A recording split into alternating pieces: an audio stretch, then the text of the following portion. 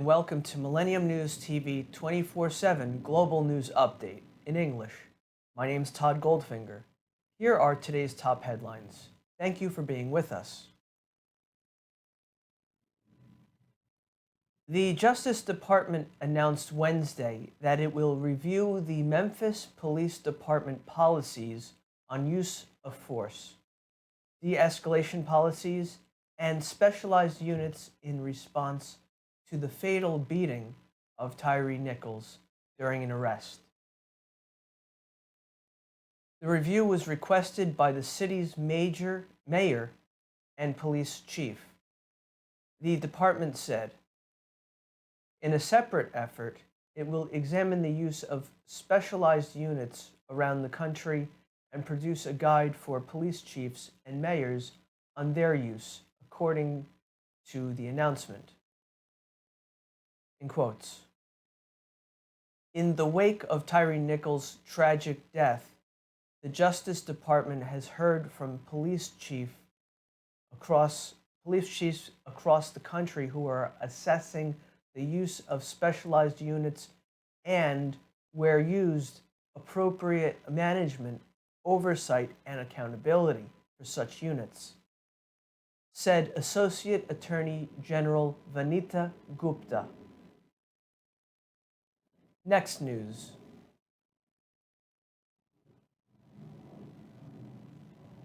A social media campaign urging President Joe Biden to reject an oil development project on Alaska's remote North Slope has rapidly gained steam on TikTok and other platforms, reflecting the unease many young Americans feel about climate change.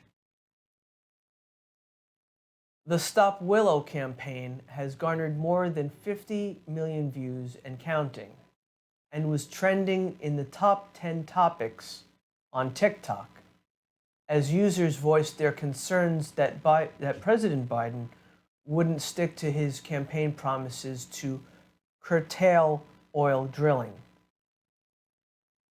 In quotes, "It's just so blatantly bad for the planet," said Hazel Thayer, a climate activist who posted TikTok videos using the Stop Willow hashtag.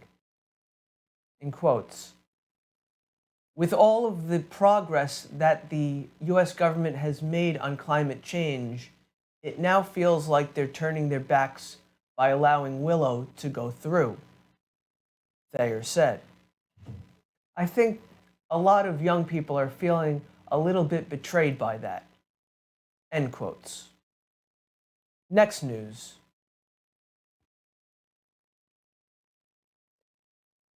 Federal investigators are opening a wide-ranging investigation into one of the nation's biggest railroads, following a fiery derailment on the Ohio-Pennsylvania border last month and several other accidents involving Norfolk Southern, including the death of a train conductor Tuesday.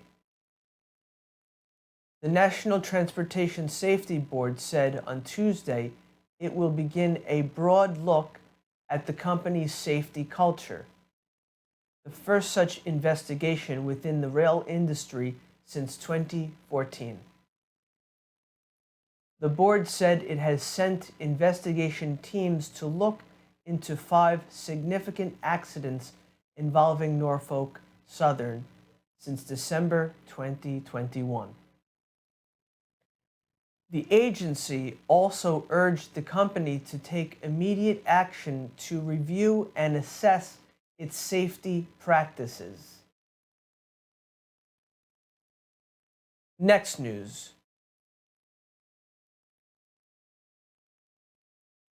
A Texas inmate convicted of fatally stabbing his estranged wife and drowning her 6-year-old daughter in a bathtub nearly 14 years ago was executed on Tuesday.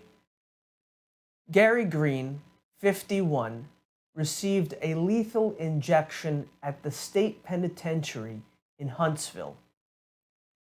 He was condemned for the September 2009 deaths of Lovetta Armstead 32, and her daughter, Jasmine Montgomery, at their Dallas home.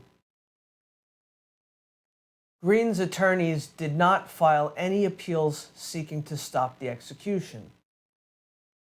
A Buddhist spiritual advisor chosen by Green stood beside the death chamber gurney at the inmate's feet and said a brief prayer. Green then apologized profusely when asked by the warden if he had a final statement. In quotes. "I apologize for all the harm I have caused you and your family," Green said, looking at relatives of his victims who watched through a window close by. In quotes. "We ate together, we laughed together, and cried together as a family. I'm sorry I failed you." End quotes.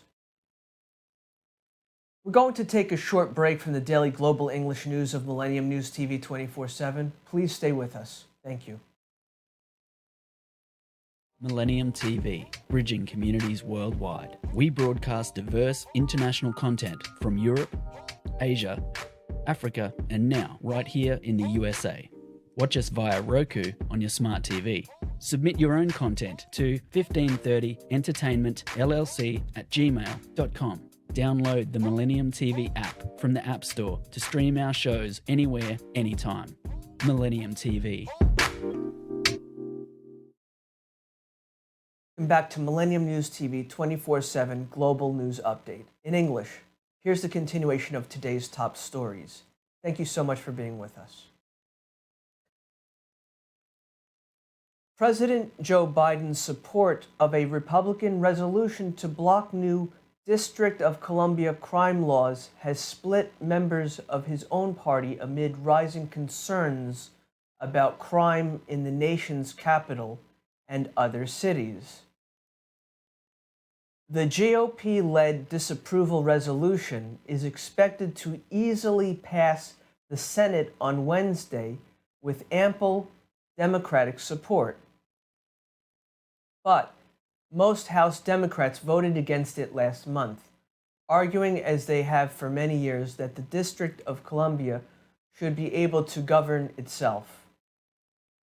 The Democratic support for the resolution, which comes as murders have spiked over a number of years in D.C., is a shift for President Biden and his party and could allow Congress to nullify the city's laws through the disapproval process for the first time in more than 3 decades.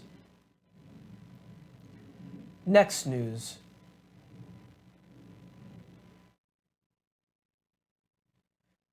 Buttery, smooth, oaky. These are characteristics of the best bourbons, and a growing cult of aficionados is willing to pay an astonishing amount of money for these increasingly scarce premium American spirits, and even bend or break laws. Premium spirits have always been expensive and sought after, but a surge in interest in high-end bourbon has made finding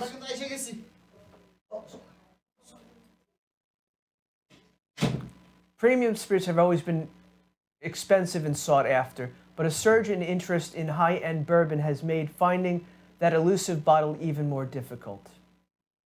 Distillers have upped production to try to meet increased demand, but before the whiskey reaches stores and bars, it must age for years and even decades. Scarcity has changed what some fans are willing to do to obtain the most sought-after bourbon. Next news.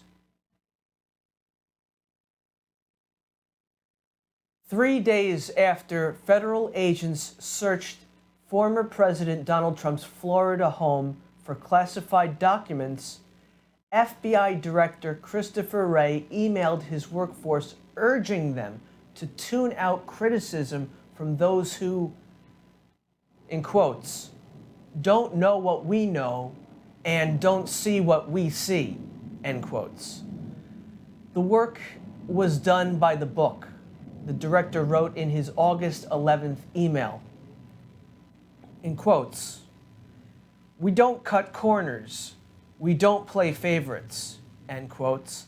The internal message was an acknowledgement of the unprecedented nature of the search and the subsequent pummeling the Bureau had been receiving from Trump and his supporters. It also was a recognition that the FBI had been navigating a moment so fraught that the normally taciturn Wray felt compelled to address employees about the ramifications of the investigation. Next news.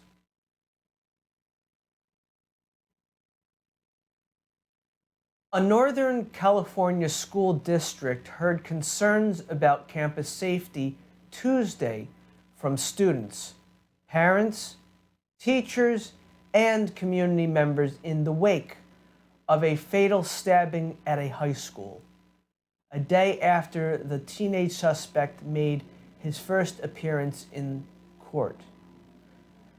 The 15-year-old freshman fatally stabbed one classmate and injured another last week in self-defense during a fight inside a classroom, prosecutors said.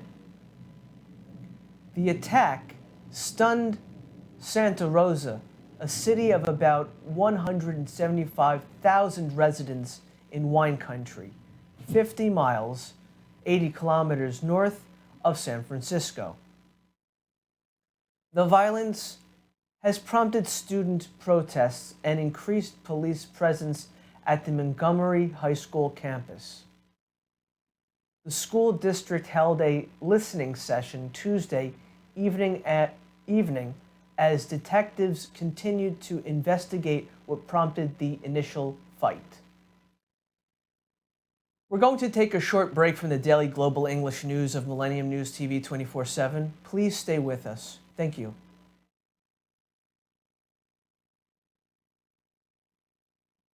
Millennium TV, bridging communities worldwide. We broadcast diverse international content from Europe, Asia, Africa, and now right here in the USA. Watch us via Roku on your smart TV. Submit your own content to 1530entertainmentllc@gmail.com. Download the Millennium TV app from the App Store to stream our shows anywhere, anytime. Millennium TV.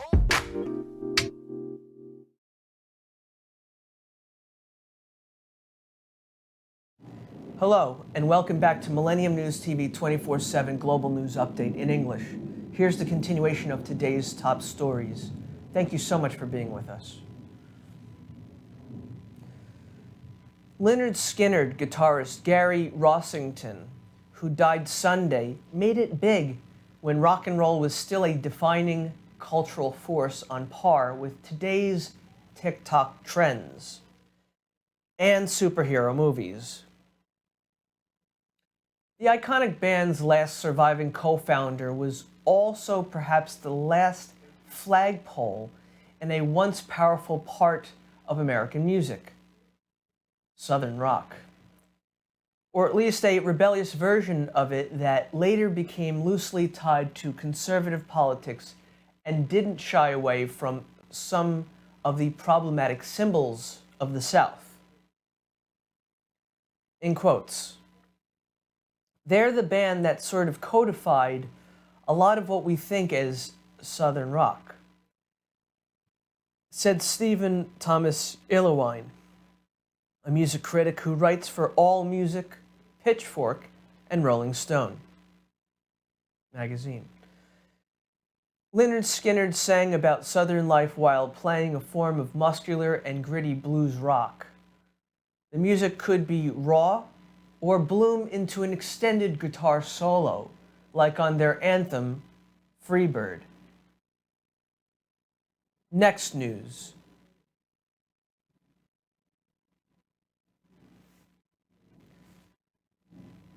The competitors stand rigidly upright with their hands behind their backs, waiting to absorb a brutal slap to the face. When the open-handed blow is delivered, there's a sharp report and the reaction can be dramatic. Some fighters barely move, while others stumble backward or fall to the floor. Some are knocked out. UFC President Dana White is selling slap fighting as the next big thing in combat sports, putting his money and the resources of one of the world's foremost mixed martial arts organizations behind the Power Slap League. The Nevada Athletic Commission has sanctioned the league for competitions in Las Vegas. "It's a home run," said White, who is among several UFC officials involved in the league. Next news. Everyone in Japan seems to be a fan of Shohei Ohtani, and the buzz even extends to his teammates. That includes St. Louis Cardinals outfielder Lars Nootbaar, the first to play for Japan's national team because of ancestry. His mother, Kumi, was born in Japan. Nootbaar just joined the squad and barely knows the Los Angeles superstar. But he's been impressed, which is an understatement. Nootbaar was bragging about Ohtani to a small group inside the Tokyo Dome that included former Major League and Japan League manager Bobby Valentine. "He's just incredible," Nootbaar said of Ohtani. Just then, Ohtani came around the corner, gave Nootbaar a quick hug, and then disappeared down a hallway. Next news.